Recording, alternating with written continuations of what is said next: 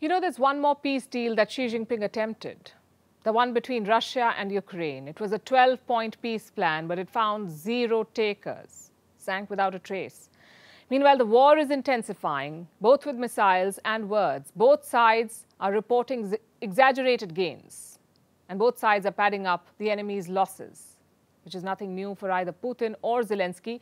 So take their statements with more than a pinch of salt. Having said that, Vladimir Putin addressed the press yesterday. He said that Russia had lost 54 tanks in a week, which is a rare admission of losses. Guess what he said next? He said Ukraine had lost 160 tanks and that Ukraine's counteroffensive was not going well.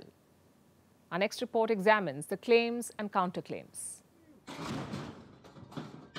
Who is winning the war? Not Ukraine, if you ask the Russian president. He says their counteroffensive is a disaster. Their losses are approaching a level that could be described as catastrophic.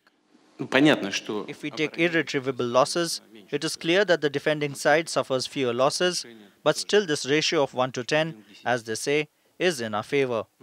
We have 10 times less than the losses of the armed forces of Ukraine. Putin was addressing the press on Tuesday. He said Russia has 10 times less losses than Ukraine. But in absolute numbers, he admitted Russia is faring worse. They lost over 160 tanks and over 360 armored vehicles of various types during this time. According to my calculations, it is 25 to 30% of the equipment that has been supplied to Ukraine from abroad.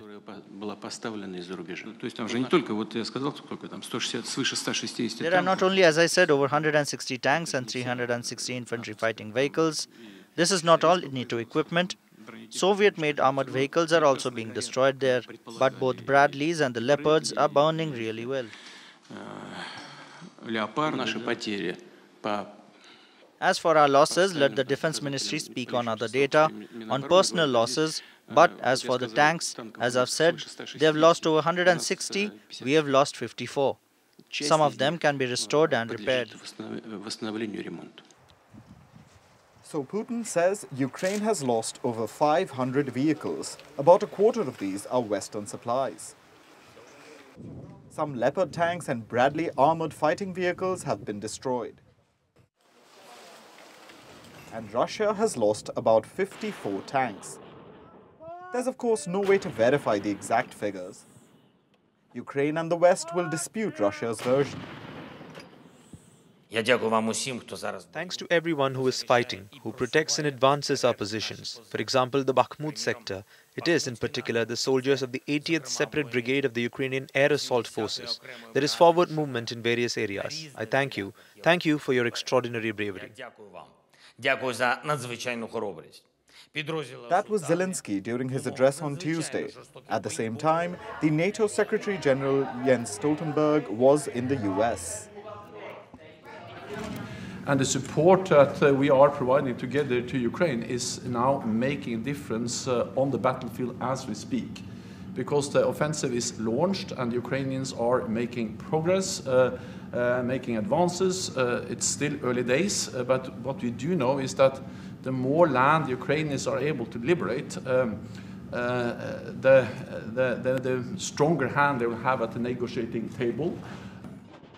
He said the weapons NATO has provided are making a difference, and Putin agrees. He says that the war will end and talks will begin if the West stops giving Ukraine weapons. He says that if the weapon supplies stop, Ukraine will be forced to rush to the negotiating table. But it seems the West isn't ready for that just yet. They believe Ukraine needs to liberate more land to gain more bargaining power. Also today, the department announced additional security assistance to meet Ukraine's critical security and defense needs.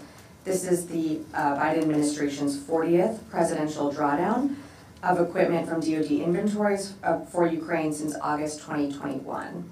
It includes key capabilities to aid Ukraine's efforts to retake its sovereign territory as they bravely protect Ukraine's soldiers, civilians, and critical infrastructure.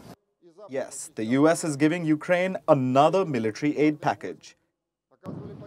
This one will reportedly be worth $325 million. Does that mean that the Ukrainian counteroffensive is actually going poorly? Was Putin really telling the truth? Most likely, both sides have things to hide, and the battlefield will reveal more than the politicians choose to say.